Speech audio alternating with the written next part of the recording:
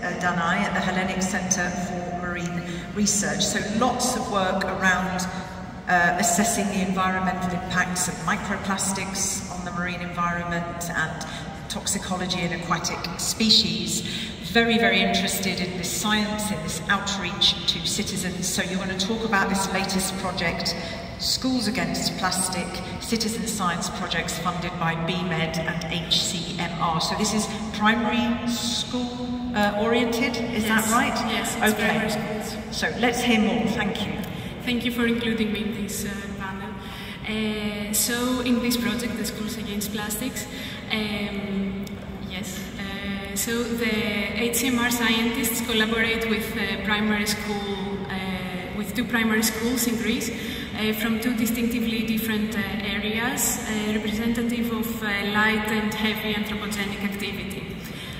The goal of the project is to engage students to environmental sciences and raise awareness for plastic pollution in marine environments.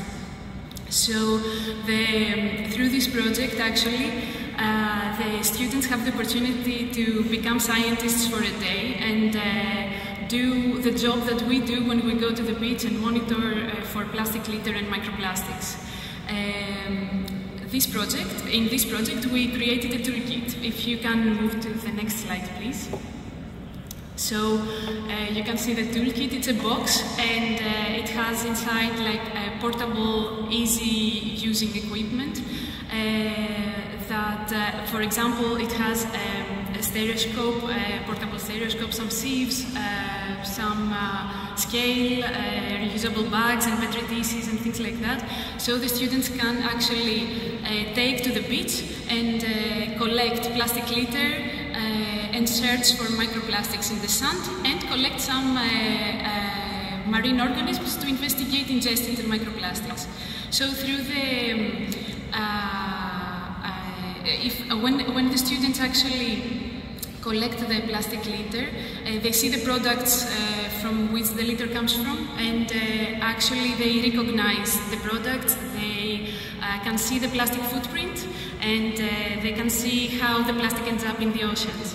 Then we sieve the sand and we find the microplastics in the sand, and then we collect the marine organisms. In our case, we collected sea urchins.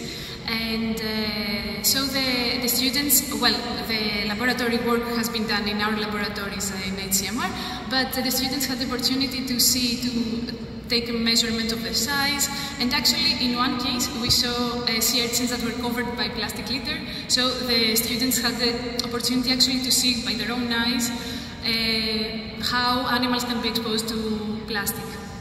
So if we move to the next slide, please. Take your time, it's okay. Yeah. It's all right.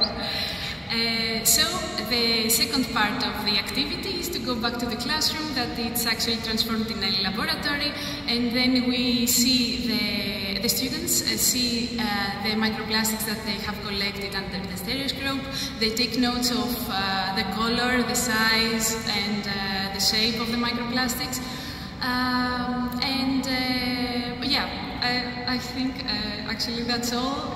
What we've seen so far is that the students and the teachers are very enthusiastic about this work. We have been collaborating very nicely together, and we really hope this actually will be a continuous project.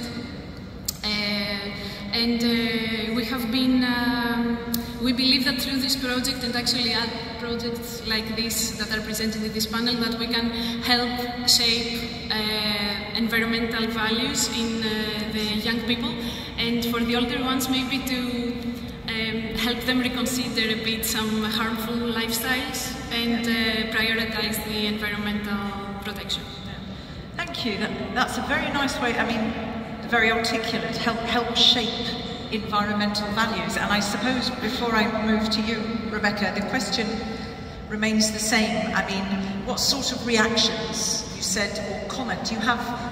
I mean, obviously, when you say you've got sea urchin, you've got the plastic, it's ooh. Have you been surprised by any of the feedback or the responses of any of the kids? What I've seen is that actually in the start, they are afraid of the sea urchins, for example. They are like all the spikes and I'm not touching this. But then they see it with different eyes and they care for it at the end. And that's amazing. They actually see the problem by themselves. Thank you. I'm going to start with a question for you, Rebecca, something a bit different. How do we keep that feeling of wonder beyond the classroom?